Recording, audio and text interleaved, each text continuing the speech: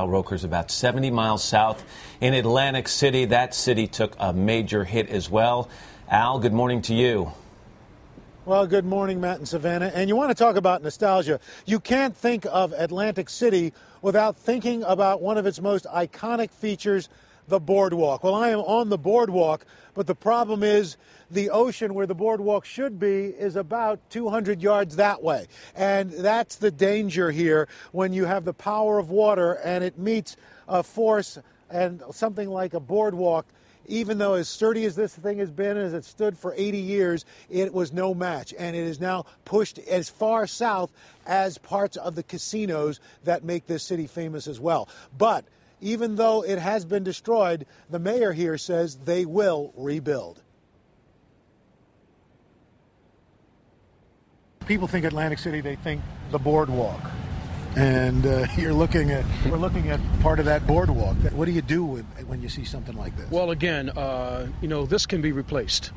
Human lives cannot be replaced. And so we'll do what we can and what we must and what we should do to regroup and pull ourselves together. We'll rebuild this boardwalk, no doubt about it. You see, you're going to be a direct hit. You're in the command center. Things pass. It's safe to go out. What do you see when you get out there?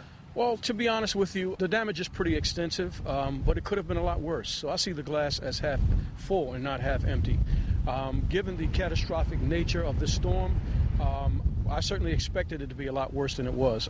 There was a back and forth. Well, the governor of your state called you out, saying that you countermanded a directive from him to make sure people were evacuated, and you dispute what he said. I'm extraordinarily disappointed in elected officials who decide to tell people to directly contravene an order from the governor.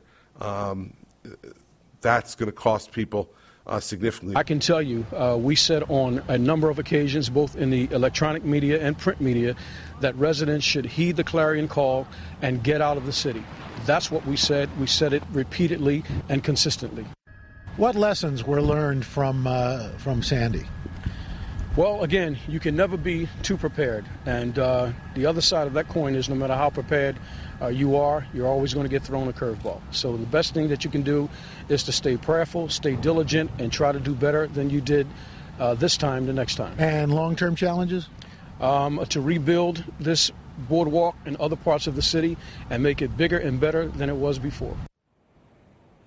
And Savannah, what's amazing is all those scenes of streets underwater. Well, 24 hours later, there's almost no flooding here. The waters have receded and the cleanup is now underway even as we're speaking. And what a job it is. Al Roker in Atlantic City. We'll check back in with you in a few minutes.